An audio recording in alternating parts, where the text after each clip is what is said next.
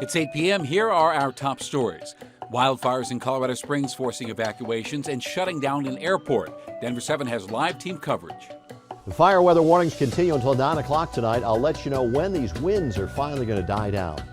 A Broncos player spending the night in jail? What we now know about the charges against JEUDY and what the team's saying about their star wide receiver. Plus, tempers running high near US 36 when a bout of road rage turns into a carjacking. He had just got out of the car and somebody took their gun and whacked him. The new details we're learning about the victim. And students walk out of dozens of metro high schools for abortion rights. It's really important for me to be involved. They say it's about their future. I think it's so important to prioritize the My Body, My Choice movement. Good evening. Thanks for joining us on Denver 7 News on Local 3 tonight. I'm Shannon Ogden. I'm Danny New. We begin with breaking news with fire danger remaining high across the Front Range. Now, today we've seen several fires near Colorado Springs. One forced a shelter-in-place order at the Colorado Springs airport. Now, that fire is in the area of Powers and Milton Proby Boulevard, just south of the Colorado Springs airport. All evacuations, including at the airport, were just lifted within the past 20 minutes. For much of the afternoon, inbound flights to the airport were stopped and passengers actually had to stay inside. Denver 7's Colette Bordelon in the Springs right now with the latest. Colette? That's right. It was being called the Alturas fire, and that's because one of the roads in this community behind me, we're in the security wide field portion of the Springs, is called Alturas Drive. And if you look over here in this community, this is where the evacuations happen, some of them at least. You can see just how dry this grass is out here tonight. And that's one of the reasons this fire was able to spark so easily. They've already determined the cause of this fire, and that's because the person who was there when it started immediately called it in. They were an El Paso County Sheriff's deputy. The cause is believed to be a catalytic converter that got too hot and caught on fire in some of that dry grass. Forced evacuations of 50 homes. Those have now been lifted, like you guys were saying. Everyone's able to return home tonight, but it's still one of those sites that you just can't shake, especially when you're living out here in southern Colorado. We're catching everything within this drought that we're having.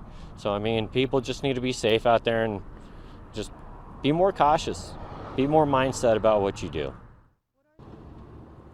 Those were some people who were watching the fires happen from this very location. And one of the more dramatic sights out here today was all of the smoke that was just spilling off of Pikes Peak from a fire out in Teller County. So there were 4 fires in the Springs area today alone, and then another one out there near to Cripple Creek. That one also forced some evacuations. But Shannon, you have the details on what's going on up there right now. All right, Colette Bordelon in the Springs. We'll see you later tonight. Thank you for that work.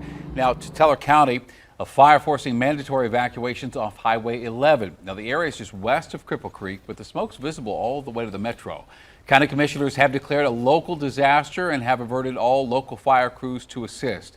And all evacuation orders have been lifted for this fire. This is in northeast Colorado Springs. These pictures from the Colorado Springs fire.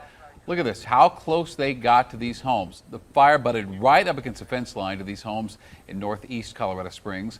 Fire crews say 25 acres burned, and at one time, as many as 500 homes were under evacuation.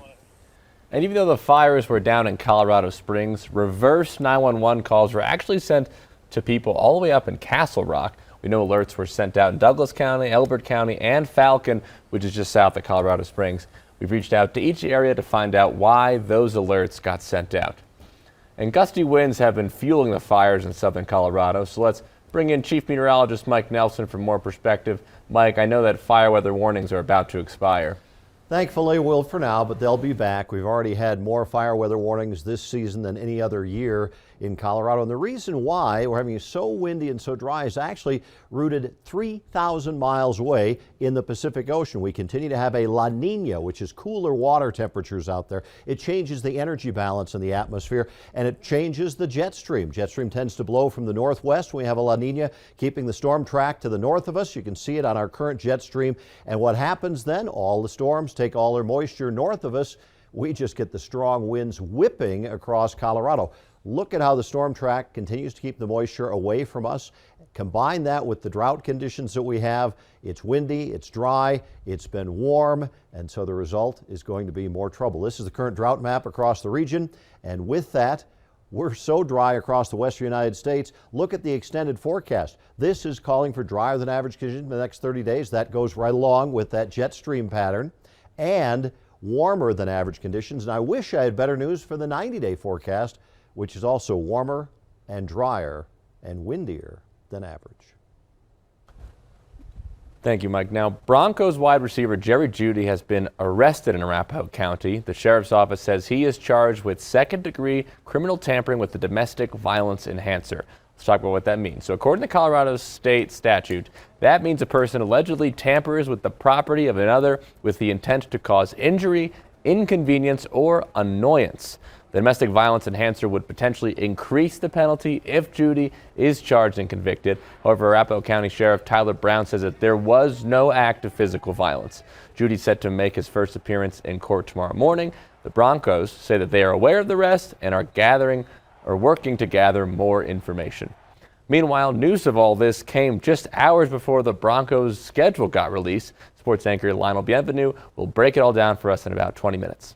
We're learning more about a carjacking in Broomfield that ended with police shooting at the suspect. Boulder police say they got a call about 5 this morning for a road rage incident and armed carjacking. We are learning that the truck that was stolen belonged to a contracting company, and then the suspect hit the employee to get control of the truck. He got rear-ended, and so he had just got out of the car, and somebody took their gun and whacked him. I think he got whacked on the head, but I'm not 100% sure. But he got hit with the firearm, and then he got out of the truck and it was taken from him. An hour later, police caught up with that suspect driving near the Pearl Street Mall, where the suspect then showed a gun to officers. Police shot at him. The chase continued until they got to US 36 in Table Mesa. The suspect was not hit. No officers were injured, and tonight that suspect is in custody. New tonight, the Adams County Sheriff's Department has confirmed the daughter of a deputy was killed in a shooting on Sunday. We brought you this story yesterday at 5. The 3-year-old girl was shot inside the home in Frederick and then died in the hospital. Police have not said whether that shooting was accidental. The Adams County Sheriff's Department, though, has said that it is deeply saddened. Well, today, students all over the metro walked out of school in support of abortion rights. Never Micah Micah Smith talked with those students who told her that Roe v. Wade is not just about women's rights, but about human rights. Hundreds of Lakewood High School students ditched class today. Not out of almost summer restlessness or for senior skip day, but to protest for abortion rights. Today we're just protesting the possible overturn of Roe v. Wade. Lakewood High School sophomore Elizabeth Swanson says she knows some may think she's too young to have this opinion, but that's why she wants to voice her concerns. It's all about us being able to shape the future and not having our parents and the Supreme Court and everybody else dictate what we can do with our lives. It's really important for me to be involved in this because in the future I might need an abortion. Lakewood High sophomore Kiana Good says she knows abortion rights are now protected under Colorado law, but she's worried about women in other places. I mean, I'm not the only person in the world that's a woman and who would possibly need an abortion in the future, and I think it is so unfair that only certain states would possibly allow abortion. Students from 6 Jeffco high schools participated in the walkout. Students in Aurora walked out, and Denver Public School students made their way to the state capitol. The whole My Body, My Choice movement is very important to me, especially because I'm a male. Lakewood High School senior Aiden Baumgarten says he knows the walkout won't be received well by all. Everybody is welcome to their own opinion, but just try to realize, put yourself in the shoes of somebody who's in a circumstance that's just very difficult. Aiden, Kiana, and Elizabeth say they hope the walkout shows the Supreme Court that young Americans are watching, and they too want a say in what happens in this country. Micah Smith, Denver 7. We reached out to the Respect Life office for Catholic Charities for a different perspective. And Director Lynn Grandin told us she's helped dozens of young mothers who decided against abortion and has helped provide perspective for teens. When we tell them up front how abortions are done, because we say to them, make an informed decision. You deserve to make an informed decision. The majority of those teens, without any push from us to just say, here are the honest facts about it, so that you can be empowered to make a good decision, the majority of them say, you know what, now that I understand this, I just cannot do that. You can read more of our in-depth coverage on Roe v. Wade and hear perspectives from all sides of the issue on thedenverchannel.com. Governor Polis has directed the State Department of Agriculture and the state veterinarian to work with the Bureau of Land Management to evaluate the wild horse deaths at the BLM Cannon City facility. Since April 23rd, 142 wild horses have now died from an equine flu outbreak. Polis hopes state officials and federal officials can work together to prevent something like this in the future.